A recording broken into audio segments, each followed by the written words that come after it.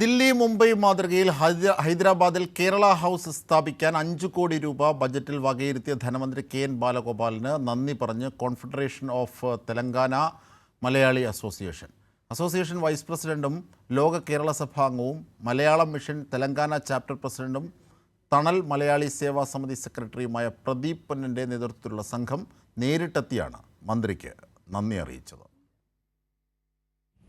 ഈ വർഷം പ്രഖ്യാപിച്ച കേരള ഗവൺമെന്റ് ബഡ്ജറ്റ് ഹൈദരാബാദ് മലയാളികളെ സംബന്ധിച്ചിടത്തോളം വളരെയധികം സന്തോഷം ഉളവാക്കുന്നു. കാരണം തെലങ്കാന സർക്കാർ മലയാളികൾക്കായി പ്രഖ്യാപിച്ച 1 ഏക്കർ ഭൂമിയിൽ കേരള സർക്കാരിന്റെ ബഡ്ജറ്റിൽ 5 കോടി വിലയിരുത്തിയത് നമ്മളെ സംബന്ധിച്ചിടത്തോളം വളരെയധികം സന്തോഷമാണ്. ഇവിടെയുള്ള എല്ലാ മലയാളികളും ഒറ്റക്കെട്ടായി ഈ സംരംഭത്തെ വിജയിപ്പിക്കുന്നതാണ്. സന്തോഷം.